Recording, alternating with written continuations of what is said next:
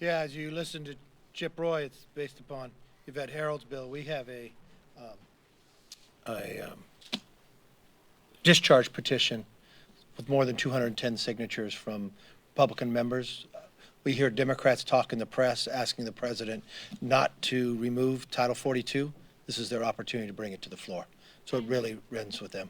The second question was, I thought I heard Congressman Gonzalez reference another border trip. Is the House Republican Conference planning another border trip? Yeah, I have a trip. We have never stopped going to the border. One of our first trips were just in last year around March is when we discovered we took a large group down. We discovered catching now people on the terrorist watch list, but they have been continuing. I would say almost 2/3 or almost every single member of our conference has been. And next week we're having the fourth to San Diego that I've been involved in. Yeah.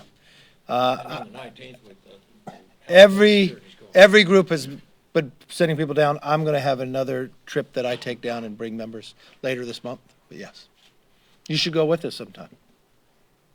Yes, sir. Do you think Secretary Becerra last week in his testimony was fully honest when he said that Title 42 will remain in place so long as the folks at the CDC and others give us the facts and the science to show that in order to protect public health, they can and will use Title 42 to protect Americans, and the next day the announcement comes? No, I don't. And if you raise that question, the Speaker just extended proxy voting here in the House based upon COVID. I just flew with a mask on based upon the extension that they believed within COVID. Remember, Title 42 goes beyond just COVID itself.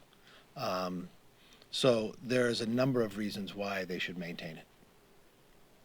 Yes, ma'am. Do you think it's advantage for Republicans that Democrats are holding a hearing now on this matter? Do you think that this gives you guys a way to say that? I think this is too serious of an issue to play a political advantage with one side or the other. It goes down to the foundation of your nation. It goes down to the security of your nation. It goes down to the human trafficking. It goes down to fentanyl. There's so many elements to here. And you listen to a president who said that he wants to secure a border. So much that he put his vice president in charge, who's only been to it one time. To a president who's been in office more than 42 years, and the closest I've ever found that he came was in a car driving by El Paso. In a concern that numerous times from both sides of the aisle has asked this president to engage about the concerns on the border.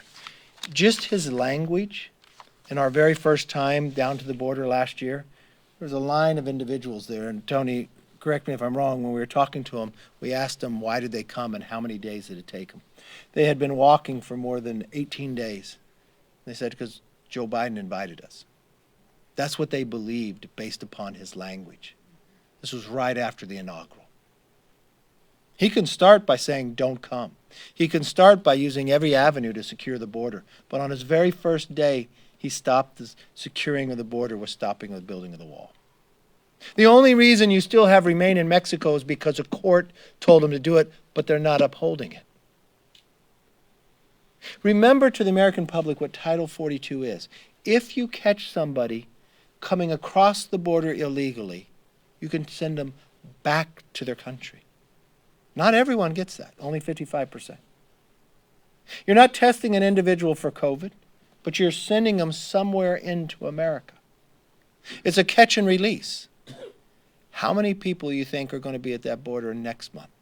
How many people have already started coming to the border knowing what May 23rd day is? And don't believe it's just Central America. They come from 160 other countries.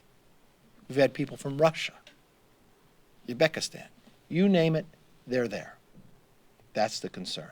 And who's making the money on it? The cartels who are becoming stronger. I remember having a meeting with Tony and some of his mayors talking about the number of days the schools had to be closed because of the shootouts coming across the border. It's like more than 40. Can you imagine kids going to school, but the schools being shut down because of another car chase from the cartels? Becoming more powerful. Have you watched some of the footage of what goes on just on the other side of the border? Looks like it comes from Ukraine. The burning of the cars. That's directly across from this nation. Yes, last question. We got votes. You all always talk about every state as a border state.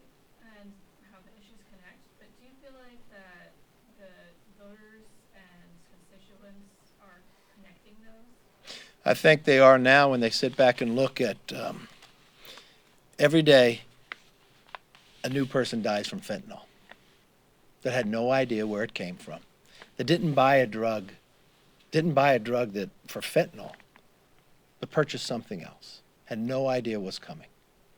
I was home the other week and I picked up my local paper, the Bakersfield Californian, and it was a mother who was inviting the community to her son's funeral because he had just died of fentanyl, to warn them. Yeah, it happens in every single state, in every single city, in every single community. It doesn't matter how wealthy, it doesn't matter how good a family you are, it could touch them all.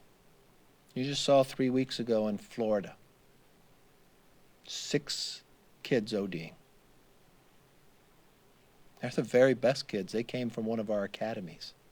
2 of them who OD'd didn't take the drug. They simply did what they thought was right to give somebody mouth to mouth because they went into cardiac arrest. And they did as well. That is how powerful fentanyl is in coming across with no knowledge that that's what was in it. So yes, every single city, nobody is safe because this administration is not securing our border. Thank you for coming. It's very important.